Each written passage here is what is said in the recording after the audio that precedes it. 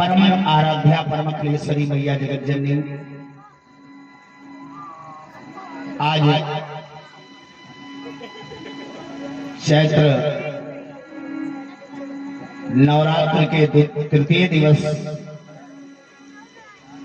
महामाई काली मां के दरबार में काली मां के सानिध्य में चल रही श्रीमद् भागवत कथा में पधारे हुए सभी कथा के प्रेमी जन,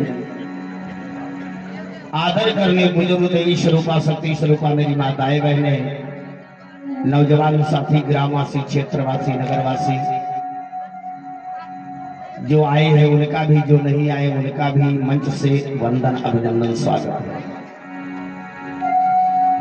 नहीं चलता हूं आज की प्रथम दिवस की पावन कथा। महाराज जी एक कथा श्रवण करने जा रहे हैं। इस कथा का नाम है श्रीमद् भागवत महापुराण। इस कथा में महाराज 12 स्कंद बहुत अच्छे ढंग से वेद व्यास जी महाराज ने इस कथा को सजाया है। 18,000 श्लोक है महाराज, और इस भागवत कथा में महाराज 365 अध्याय है। और ये कोई साधारण कथा नहीं। आज जो आपको सरल रूप में दिखाई पड़ रही है, जो सरल रूप में आपको कथा प्राप्त हो रही महाराज, इस कथा को पाने के लिए राजा महाराजा तरसते थे। अगर कोई राजा भी श्रवण करने की इच्छा करता तो ये कथा उसे भी प्राप्त नहीं हुआ करता। लेकिन कोई दुर्लभ चीज अगर सुलभ मन करके हमें प्राप्त हो जाए तो विचार करने का विषय है। आज तक संसार में दुर्लभ को सुलभ बनाने में अगर किसी का हाथ रहा है महाराज, तो कोई महापुरुष का हाथ रहा है। कठिन काम को आसान बनाना सरल आदमी के बस की बात नहीं है। कोई दुर्लभ होता है महाराज जो कठिन काम को आसान बना सकता है। हमारी इस धरती पर एक से एक मनीषी संत भक्त हुए हैं महाराज। आज उन्हीं संतों का प्रसाद है, उन्हीं संतों की कृपा है जो हमें सरल रूप में ये ज्ञान गंगा की धारा में गोता लगाने का मौका प्राप्त हो रहा है।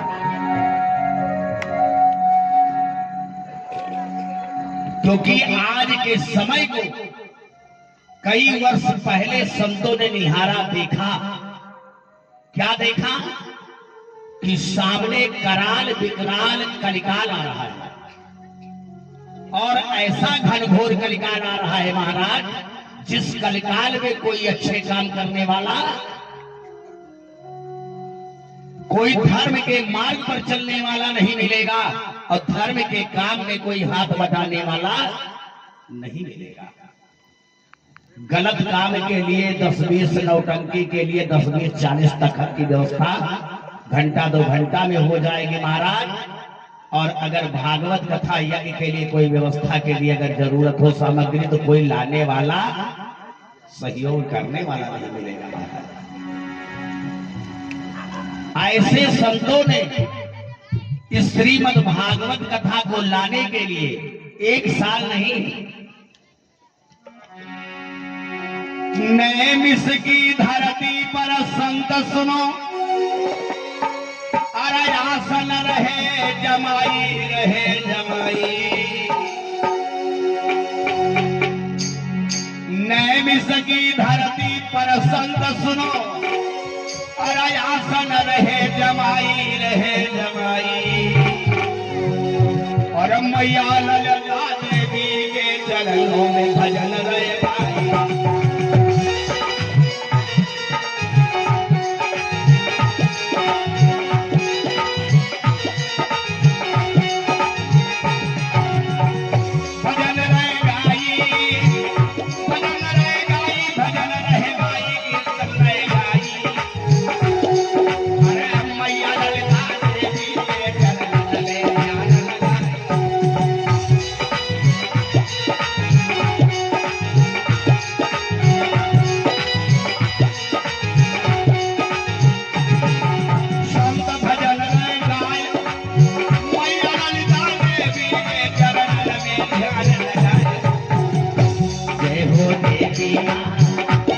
जय हो देवी माँ सब भाग रहे हैं लाई जय हो देवी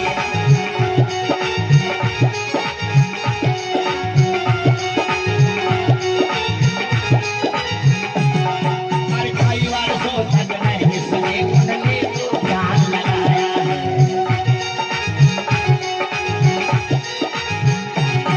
हर कई बार सोचत देवी माँ चरणों में ध्यान लगाया है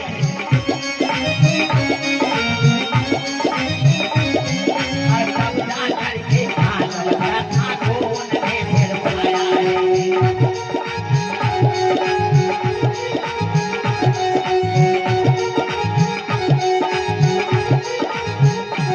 कृपा है कीनी कृपा है कीनी नारायण ने उन संतों पर कृपा है कीनी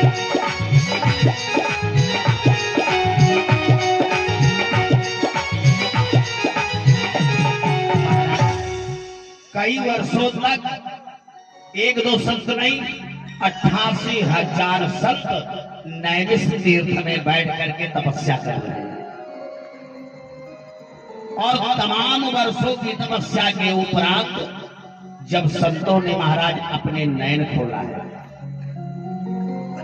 देखिए इन संतों की अच्छाइयां सुनिए जितनी देर इन संतों के नयन बंद रहते हैं उतनी देर भगवान का भजन भगवान का कीर्तन भगवान का चिंतन भगवान का ध्यान होता है और जब इनके नयन खुलते हैं तो आंख खोलने के बाद इनका चिंतन समाज के लिए संसार के लिए होता है क्योंकि संत कौन है संत जैसे लक्षण वाला व्यक्ति कौन है महाराज संत वही है संत जैसे लक्षण वाला व्यक्ति वही है जैसे सरवर फल नहीं भगत है और नदी न संचेली और परमारथ के कारणे साधुन धरो शरीर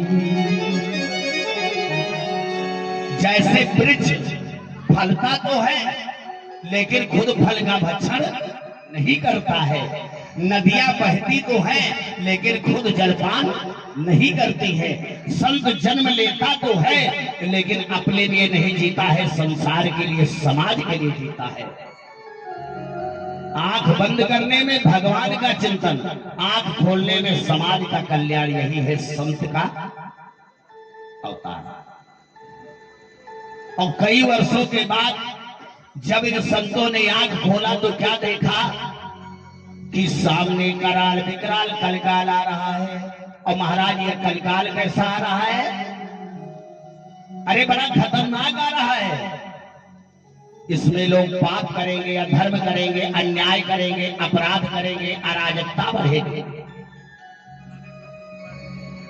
होगा क्या कहा ब्राह्मण वेद पुराण का सौदा करेंगे क्षत्रिय कायर हो जाएंगे शूद्र वेद पुराण का पाठ करेंगे महाराज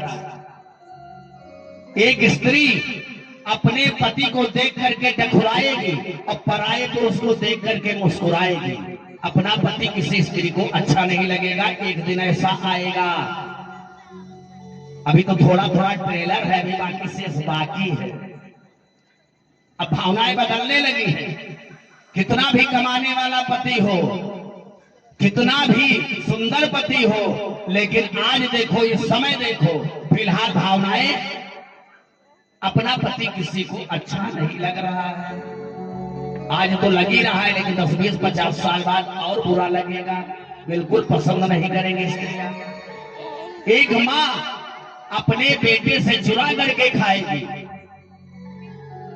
सब दुनिया के लोग अपने अपने पेट भरने के चक्कर में पड़ जाएंगे कोई किसी का हाल पूछने वाला जब इनके ना भरी तो त्योहार का भरी है सब लोग अपने अपने पेट भरने के चक्कर में पड़ जाएंगे महाराज कोई किसी का हाल पूछने वाला ऐसा समय आएगा और ऐसा समय जब आएगा तो पृथ्वी पर पाप अधर्म अन्याय अपराध बढ़ने के कारण ये धरती का भार वचन हो जाएगा फिर धरती मैया इन पापियों को परिवार के साथ विनाश कर डालेंगी, नुकसान हो जाएगा।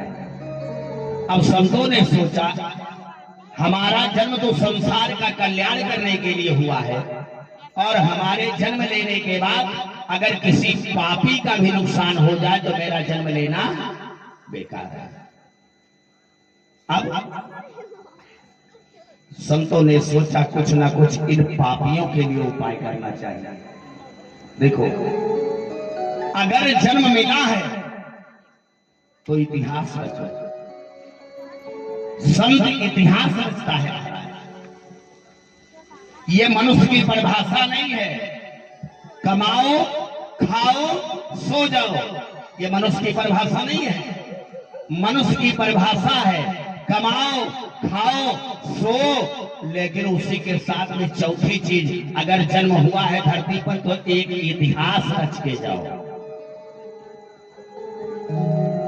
जब आप गांव में ना रहो तो आपके ना रहने के बाद त्योहार पर्व उत्सव में आपका नाम आदर से लिया जाए, कभी गांव वालों को महसूस हो।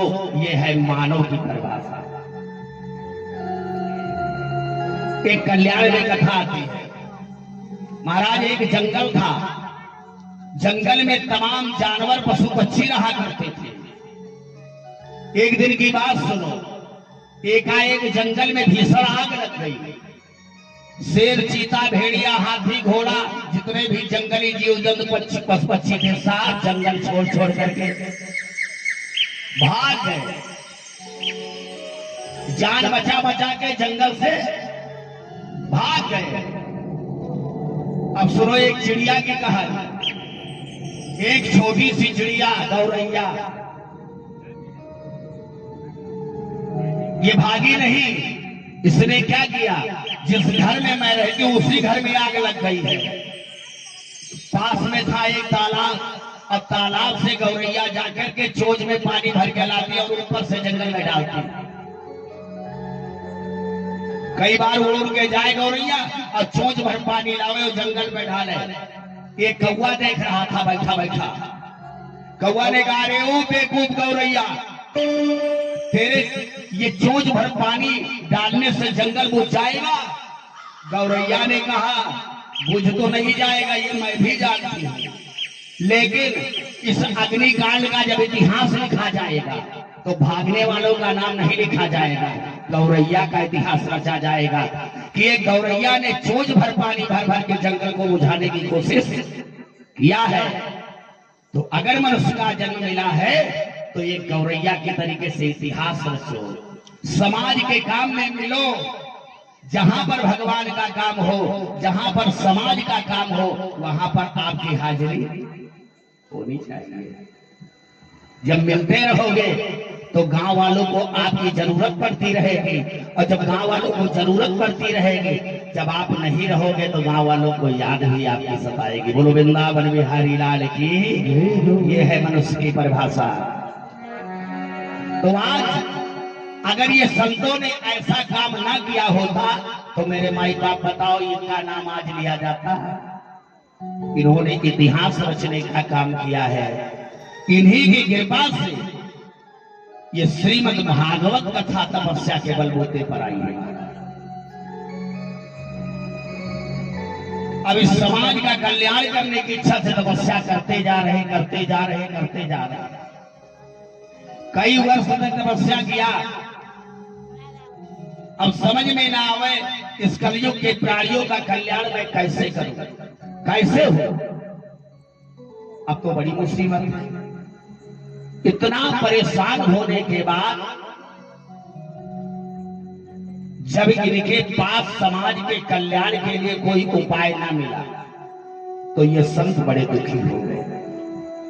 और जब संत दुखी हुए महाराज, तो देखो अपने भक्तों का, अपने संतों का दुख भगवान लक्ष्मी नारायण से भी देखा नहीं जाता है। उसी समय भगवान लक्ष्मी नारायण ने चमत्कार कर दिया। क्या किया? अरे वही रे मिसकी धरती पर भाई सूत में दजी गए हैं। सुनो कहानी अब आगे की, सुनो कहानी।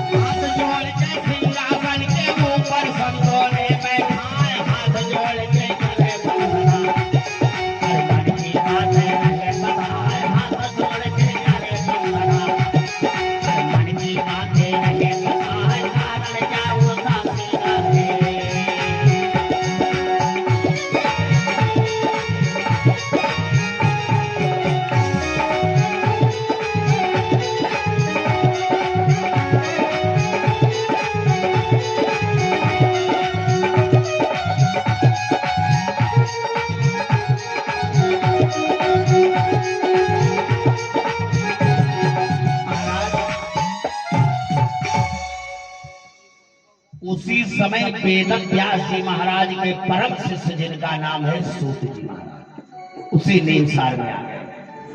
बोलिए सूत जी महाराज की। सब संतों ने हाथ जोड़ करके प्रणाम किया, नमस्कार किया। और देखो, अच्छे लोगों का यही तो सम्मान है। अपने से बड़ा हमारे पास आवे, हम जिस चीज पर बैठे हो उससे खड़े होकर के पहले उसको बैठने के लिए कहें, फिर आसन पर बैठे। ये आपकी मानवता है, यही तो मानवता है।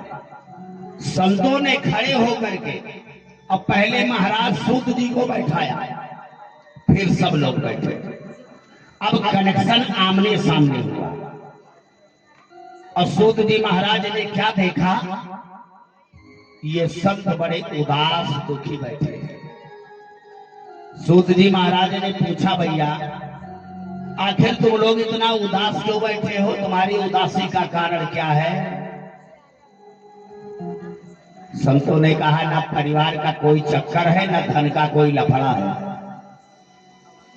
तो फिर तुम्हारी उदासी का क्या कारण है? महाराज वही बात बताया उदासी का जो आने वाले कलिकाल में दिखाई पड़ रहा है।